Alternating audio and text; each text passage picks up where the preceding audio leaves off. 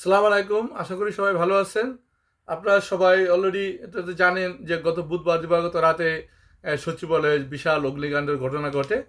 এতে তারা বিভিন্ন যে মন্ত্রণালয়ের বিগত হাসিনা সরকার আমলে যে লুটপাট এবং দুর্নীতি হয়েছে, এই দুর্নীতির নথিপত্র বা কাগজপত্রকে পুড়ে ধ্বংস দেওয়ার উদ্দেশ্যে তারা এই অগ্নিকাণ্ডের ঘটনা ঘটায়।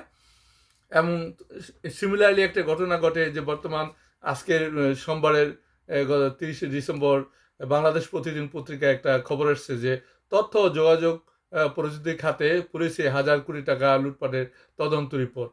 এই সরকার ক্ষমতা আসার পরপরই তথ্য ও প্রযুক্তি খাতে যে হাজার হাজার কোটি টাকা লুটপাটের ঘটনা ঘটছে, সেগুলো কিন্তু এই সরকার আসার পরপরই তারা অলরেডি তদন্ত শুরু করেছে। এমন তদন্ত রিপোর্ট অলরেডি এই বর্তমান যে তথ্য প্রযুক্তি উপদেষ্টা মোহাম্মদ নাহিদ ইসলামের কাছে জমা দেওয়া হয়েছে এবং তার অফিসে এটা ছিল। এবং আপনারা জানেন যে তার অফিসের কাগজপত্র সব পুড়ে ছারখার হয়ে গেছে। কিন্তু লাকিলি কিন্তু সব কিছু শেষ হয় না। সেই সেই তদন্ত রিপোর্টের একটা কপি আগারগাঁওয়ে আইসিটি টাওয়ারে অলরেডি একটা কপি ছিল। এবং সেটা তারা ভাবছিল, যারা অগ্নিকাণ্ড করেছে তারা বলে এটা পুড়িয়ে দিলে মানে সব শেষ হয়ে যাবে। কিন্তু আসলে এই কপি এক জায়গায় থাকে না, সব জায়গায় বিভিন্ন জায়গায় এগুলার কোনো না কোনো কপি থেকে যায়। এমন তারা অলরেডি সেই কপি ওখানে একটা পেয়েছে।